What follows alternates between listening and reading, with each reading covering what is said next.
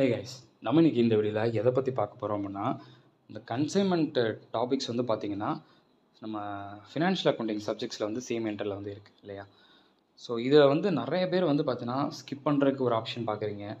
சில பேர்த்துக்கு இது செட் ஆகாத ஒரு டாப்பிக்காக வந்து இருக்குது. இது நார்மலாக டியூரேஷன் எவ்வளோ டைம் எடுக்கும், எப்படி பண்ணால் கரெக்டாக இருக்கும் அப்படிங்கிறத பற்றி நான் சொல்கிறேன். இப்போ நான் சம்மெல்லாம் எதுவுமே நான் உங்களுக்கு எக்ஸ்பிளைன் பண்ண வரல, ஓகேங்களா. வந்து பார்த்துக்கிட்டிங்க அப்படின்னா நம்ம என்ன மாதிரி அப்படிங்கிற ஒரு பிளான் மட்டும் நான் வந்து சொல்லிடுறேன். டேரெக்டாக நிறைய பேர் சம் போகிறீங்க, அதுதான் தப்பு. ஓகே, அதுதான் தப்பு. ஒரு கன்சைன்மெண்ட்டை பார்க்குறீங்கன்னா கன்சைனர்னா யாருன்னு தெரிஞ்சுக்கோங்க, கன்சைனா யாருன்னு தெரிஞ்சுக்கோங்க. ஓகே, அதுக்கப்புறம் அந்த கன்சைன்மெண்ட்டுக்கும் சேல்ஸுக்கு இருக்கக்கூடிய டிஃப்ரென்ஸ் தெரிஞ்சுக்கோங்க.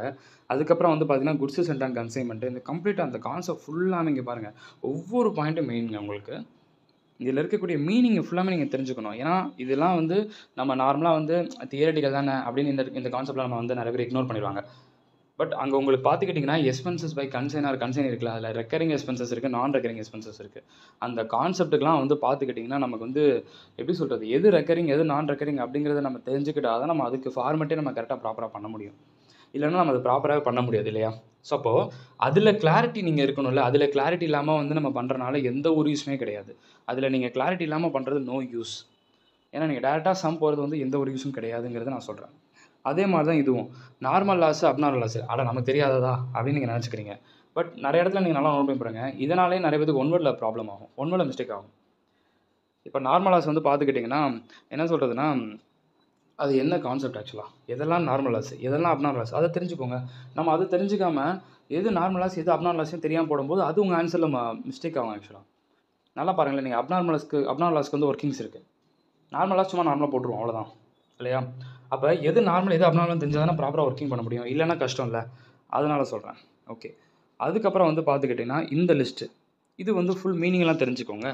ஓகே, கரெக்டாக தெரிஞ்சுக்கணும்ல. இப்போ இது தெரிஞ்சுக்காமல் நம்ம போய் ஃபார்மேட் போகிறது யூஸா, எந்த ஒரு யூஸும் கிடையாது. இதுவும் தெரிஞ்சுக்கணும், ஓகேங்களா.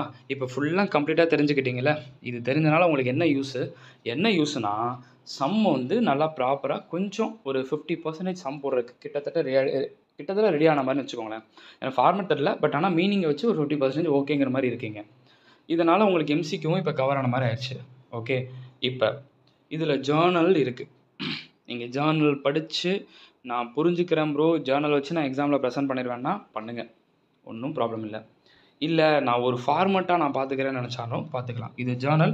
சில பேர் இந்த இடத்துல இப்போ ஃபார்மெட் இருக்கா, இப்போ ஃபார்மெட்டாகவே நான் சில பேர் படிப்பாங்க. எப்படி பார்த்துப்பாங்க, இந்த புக்ஸ் கன்சைனரோட புக்ஸு, கன்சைனியோட புக்ஸு அப்படின்னு பார்ப்பாங்க. கன்சைனரோட புக்கில் கன்சைன்மெண்ட் அக்கௌண்ட் ப்ரிப்பேர் பண்ண சொன்னால் இதெல்லாம் இந்த சைடு அதெல்லாம் அந்த சைடு அப்படின்னு நீங்கள் ப்ரிப்பேர் பண்ணுவாங்க சில பேர். அந்த மாதிரி பண்ணுறது உங்கள் டைம் கன்சப்ஷனை இன்னும் கொஞ்சம் சேவ் பண்ணும். ஆமாம், நீங்கள் மேலே ஒவ்வொரு ஜேர்னலும் நீங்கள் புரிஞ்சுக்கிறதுக்கு எடுக்கக்கூடிய டைமை விட இது வந்து கொஞ்சம் கம்மி தான். ஆனால் இது நான் கம்பல் பண்ணி நான் சொல்லலை, உங்கள் விஷயம் நான் சொல்லிட்டேன். இப்போ consignment account data to goods and consignment account சொல்லி தனியாக நீங்கள் படிச்சிங்கன்னா அது Journal. Okay, goods and consignment அக்கௌண்ட்டை டெபிட் சைடில் போடணும்னு நினச்சி பார்த்தீங்கன்னா அது ஃபார்மெட்டு லெஜர் கான்செப்ட்டில் போயிடும் இல்லையா. இதுதான் நார்மல். ஓகே, ஸோ அதனால் உங்கள் கம்ஃபர்டபுளாக பாருங்கள். டைம் கன்சப்ஷனைஸ் கம்மியாக போகணுன்னா இப்படி பண்ணணும். சரி, ஓகே ப்ரோ, இப்போ இது வந்து நீங்கள் ஃபார்மெட்டுன்னு சொல்கிறீங்க, ஃபார்மெட்டு நமக்கு நீட்டாக ஃபார்மெட்டாக இல்லையே, இப்போ நான் என்ன பண்ணுறது. நீங்களே ரெடி பண்ணுங்கள். சம்மை பாருங்கள், சம்மில் என்ன கேட்டிருக்காங்க, யார் கன்சைனருன்றதை பாருங்கள். கன்சைனோட ஏன்னா மறுபடியும் நான் தான் சொல்கிறேன், ஏதோ ஒரு இடத்துல யாரோ ஒருத்தரோட கொடுத்தத ஃபார்மெட்டை போய் நம்ம பார்த்து இதை இங்கிட்டு அதை அங்கிட்டுன்னு பார்க்குறத விட தாண்டி ஒரு சம்மோட ஆன்சரை பாருங்கள் ஃபஸ்ட்டு. அந்த சம்மோட ஆன்சரை பார்த்துட்டு உங்களுக்கு எதெல்லாம் டெபிட் சைடு கொடுத்துருக்காங்க எதெல்லாம் கிரெடிட் சைடு கொடுத்துருக்காங்கிறத ஃபஸ்ட்டு அனலைஸ் பண்ணுங்கள். அதை ஃபுல்லாக நீங்கள் லிஸ்ட் எடுங்க. இந்த மாதிரி இருந்துச்சுன்னா டெபிட் சைடு, இந்த மாதிரி இருந்துச்சுன்னா கிரெடிட் சைடு லிஸ்ட் எடுத்திங்கன்னா உங்களுக்கு என்ன ஆகும்னா நல்லா ஈஸியாக மெமரைஸ் ஆகும். ஆக்சுவலாக நீங்கள் அதை பார்த்து ப்ரிப்பேர் பண்ணும்போது ஈஸியாக மெமரைஸ் ஆகும். இதே இதில் இன்னொருத்தரோட ஃபார்மெட்டை வச்சு நம்ம பார்த்து பண்ணால் டக்குன்னு அவ்வளோ முடிஞ்சு அது மக்கப் பண்ணிட்டு போகிற மாதிரி ஆகிடும். இதை நீங்கள் பார்க்குறீங்கல்ல, ஆன்சர் பார்க்குறீங்கல்ல, அப்போ நீங்கள் என்ன பண்ணிக்கலாம், பக்கத்தில் வந்து ஒரு ஃபார்மெட் இந்த மாதிரி கொஸ்டினில் கேட்டாங்கன்னா நம்ம இந்த ஃபார்மெட் அப்படிங்கிறது நீங்கள் பார்த்து நம்பர்லாம் இல்லை வேண்டாம், ஜஸ்ட்டு ஃபார்மெட்டை ரெடி பண்ணுங்கள். நீங்கள் ரெடி பண்ணுங்கள் உங்கள் பர்பஸ்க்காக, சரிங்களா. உங்கள் பர்பஸ்க்கு நீங்கள் அதை ரெடி பண்ணி வச்சுக்கோங்க. இங்கே பாருங்கள், கன்சைன்மெண்ட்டுக்கு இருக்குது, தென் கீழே பியானி அக்கௌண்ட்டு, இந்த மாதிரி ஒவ்வொரு அக்கௌண்ட் இருக்கா. அப்போ ஒவ்வொரு அக்கௌண்ட்லையும் எதெல்லாம் டெபிட் சைடு எதெல்லாம் கிரெடிட் சைடு கொடுத்துருக்காங்கிறத பாருங்கள். ப்ரோ இதை பார்த்து எனக்கு இது பண்ணுறதுக்கு டைமிங் எடுக்கும், அதுக்கு நான் ஜேர்னல் படிச்சு போகிறேன்னா சாய்ஸ் இஸ் யுவர்ஸ், உங்கள் விஷ், அவ்வளோதான். டைம் கன்சப்ஷன் கம்மியாகவும் நினச்சிங்கன்னா இந்த மாதிரி ஆன்சரை பார்த்து நம்ம ரெடி பண்ணணும். நீங்கள் நல்லா நோட் பண்ணி பாருங்களேன், நம்ம பண்ணுற தப்பே அதுதான்.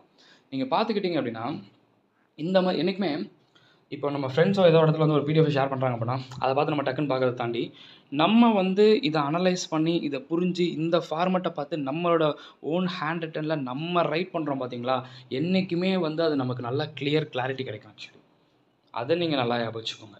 ஏன்னா ஃபார்மெட்டை ஞாபகம் வச்சு நீங்கள் சம் எக்ஸாமில் போனாலும் தைரியமாக போகலாமே. இந்த ஃபார்மெட் ரெடி பண்ணிட்டீங்க, கையில் உங்கள் கையில் ஒரு பேப்பர் இருக்குது.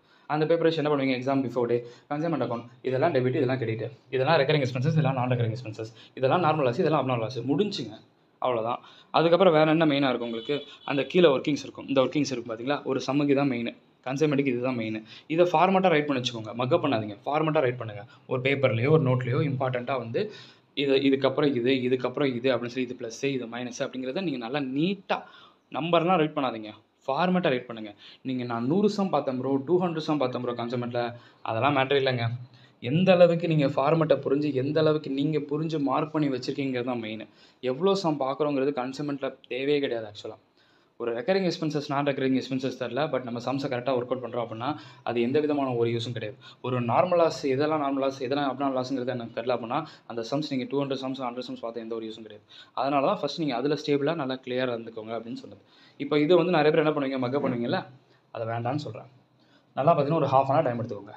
ஃபஸ்ட்டு புக்கை பாருங்கள், ஃபார்மெட்டை நீங்களே உங்கள் நோட்டில் காப்பி பண்ணுங்கள். ஓகே, ஃபார்மெட்டுங்கிறது தனியாக இல்லை, சம்மை பார்த்தா நம்ம ரெடி பண்ணுறது தான். சம்மை பாருங்கள், ஒர்க்கிங்ஸில் என்ன இருக்குது, காஸ்ட் ஆஃப் குட்ஸ் வந்து ப்ளஸ் கன்சர்ன் எக்ஸ்பென்சஸ். அப்போ நீங்கள் ரைட் பண்ணுங்கள், உங்கள் ஒர்க்கிங் நோட் எடுங்க, இதுலேருந்து இதை ப்ளஸ் பண்ணணும் அப்படின்னு நீங்கள் நோட்டில் காப்பி பண்ணுங்கள். ஏன்னா நீங்கள் எக்ஸாமு பிஃபோர் டே அந்த ஃபார்மெட்டை கையில் பார்த்துட்டு வச்சுக்கோங்களேன், அப்படி தெரியும் எக்ஸாமில் ஒரு 10 நிமிஷம் தான், 10 மினிட்ஸில் பார்த்தா ஃபார்மெட்டை பார்த்து போயிடலாம். இப்போ நீங்கள் அந்த நோட்டில் அது காப்பி பண்ணணும்னு வச்சுக்கோங்களேன், உங்களுக்கு என்ன ஆகும்னா நீங்கள் மறுபடியும் இந்த புக் ஓப்பன் பண்ணிட்டு இது என்னடா அது அப்படின்னு நீங்கள் பார்த்துருப்பீங்க, ப்ரெஷர் ஆகிடுவீங்க. அந்த ப்ரெஷர் ஆகக்கூடாதுன்னா நான் சொன்ன மாதிரி பண்ணுங்கள். ஒவ்வொரு இதோட மீனிங், கன்சைனர்னா யார், கன்சைனினா யார், கன்சைன்மெண்ட் டெட்டாஸ் என்ன, கன்சைன்மெண்ட் அக்கௌண்ட்னா என்ன, ஓகே இதெல்லாம் தெரிஞ்சுக்கிட்டு நார்மல் லாஸ்னா என்ன, அப்நார்மல் லாஸ்னா என்ன, அன்சோல்டு ஸ்டாக்ங்கிறது வந்து என்ன, அது என்ன ட்ரீட்மெண்ட் கொடுப்போம், அப்நார்மல் லாஸ்க்கு என்ன ட்ரீட்மெண்ட் கொடுப்போம், ரெக்கரிங் நான் ரெக்கரிங்லாம் என்ன, இதெல்லாம் தெரிஞ்சுட்டு ஃபார்மெட்டை உங்கள் கையால் நீங்கள் ரெடி பண்ணுங்கள். ஓகே, இல்லை ப்ரோ நான் ஃபார்மெட் மாதிரி நான் பார்க்கல, நான் ஜேர்னலாகவே படிச்சுக்கிறேன், அப்போ பிரச்சனை இல்லை, ஜேர்னலாக புக்கை ஓப்பன் பண்ணி நீங்கள் படிச்சுக்கோங்க, அவ்வளோதான் உங்கள் விஷ். பட் என்னோடய பர்சனல் அட்வைஸ் அது வேணாம் தான் நான் சொல்லுவேன். அதையும் மீறி நீங்கள் படிக்கிறீங்கன்னா ஜேர்னல் படிச்சுட்டு நீங்கள் போகலாம், பட் இட்ஸ் டேக் டைம், அவ்வளோதான். சரி, ப்ரிப்பரேஷனுக்கு எவ்வளோ ஹவர்ஸ் எடுக்கலாம் ப்ரோனா, நான் சொல்லிட்டேன்ல, பொறுமையாக டைம் எடுத்திங்கன்னா இந்த தியரி ஃபார்முலா ப்ரிப்பேர் பண்ணுறதுக்கு ஒரு ½ hour வச்சுக்கோங்க. அது போக ஃபர்தராக வேணால் ஒரு நீங்கள் பேஸ் பண்ணி எடுக்கிறது தான். ஏன்னா உங்கள் சம் சீக்கிரம் புரிஞ்சுக்கிறது தான். நீங்கள் ஒரு 5 hours கூட எடுங்க, உங்கள் விஷ் தான். ஏன்னா உங்களுக்கு எவ்வளோ டைம் எடுக்குமோ அதை பேஸ் பண்ணி எடுக்குது. மேக்ஸிமம் உங்களுக்கு 5 hours கூட நீங்கள் எடுப்பீங்க. ஓகேங்களா, அது நீங்கள் பார்த்துக்கோங்க உங்கள் ப்ரிப்பரேஷனுக்கு ஏற்ற மாதிரி. ஏன்னா நான் இவ்வளோ ஹவர்ஸ் தான் அப்படின்னு நான் சொல்லலை. Okay, that's all. Wish all the very best. நல்லா வந்து ப்ரிப்பேர் பண்ணுங்கள், சூப்பராக ப்ரிப்பேர் பண்ணுங்கள். நான் சொன்னதை மட்டும் கொஞ்சம் கன்சிடர் பண்ணுங்கள், சரிங்களா? இன்னொன்று ப்ரோ, நீங்கள் சம்ஸ் எதுவும் ஒர்க் அவுட் பண்ணி காமிக்க மாட்டேங்கிறீங்க, அப்போ உங்களுக்கு வந்து சில இதில் சம்ஸ் வந்து தெரியாதா? சம்ஸ் தெரியாது அப்படிங்கிறதுலாம் வந்து கிடையாதுப்பா. நம்ம அகாடமியை ஸ்டார்ட் பண்ணி 3.5 years ஆச்சு.